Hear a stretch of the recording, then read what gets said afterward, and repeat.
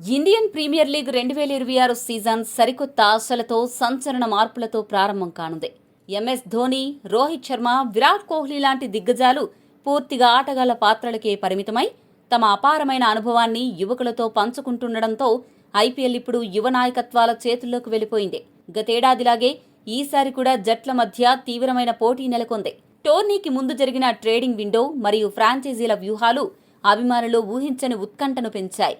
ఈ నేపథ్యంలో ఐపీఎల్ 2026 పుకార్ల గురించి, కెప్టెన్ల గురించి, భవిష్యత్తు నాయకుల గురించి వివరంగా తెలుసుకుందాం.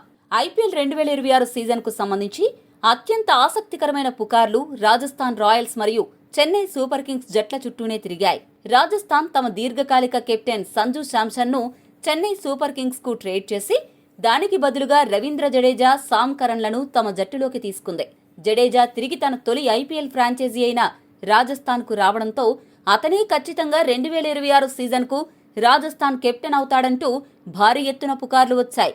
కానీ అందరి అంచనాలను తలకిందులు చేస్తూ రాజస్థాన్ యాజమాన్యం జడేజాకు కాకుండా యువ సంచలనం రియాన్ పరాగ్ను తమ కొత్త కెప్టెన్ గా ప్రకటించి పెద్ద షాక్ ఇచ్చింది.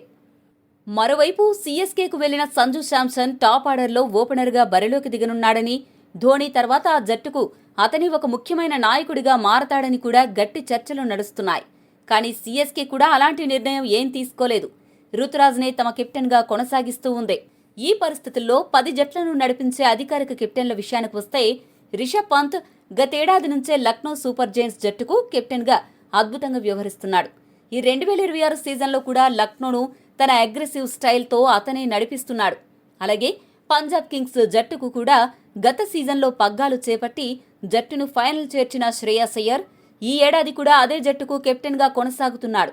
Depending champion Royal Challengers Bengaluru జట్టును రజిత్ పాటీదార్ నడిపిస్తుండగా ఈ ఏడాది కూడా తమ లక్కీ కెప్టెన్ పాటీదార్ను మార్చకూడదు అని గట్టిగా నిర్ణయం తీసుకుంది.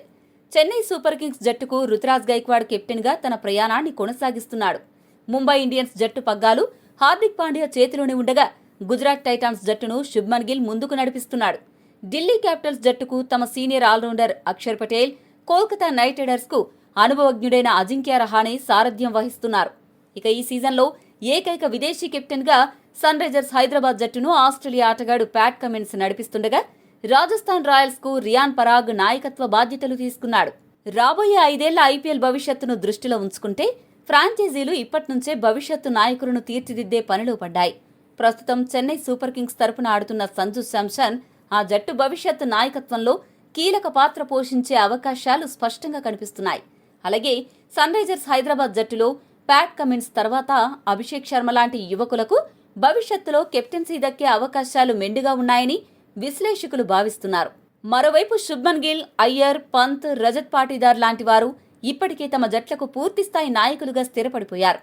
వీరంతా కేవలం తమ ఐపీఎల్ జట్లకే కాకుండా భవిష్యత్తులో భారత క్రికెట్ జట్టుకు కూడా అత్యుత్తమ నాయకులుగా ఎదిగే సత్తా ఉన్నవారు. మరి ఈ జట్ల కెప్టెన్ పై మీ అభిప్రాయం ఏంటి? ముఖ్యంగా చెన్నై జట్టుకి కెప్టెన్ గా సంజు, రుతురాజ్లో ఎవరు ఉంటే బాగుంటుందని మీరు భావిస్తున్నారో కామెంట్ చేయండి.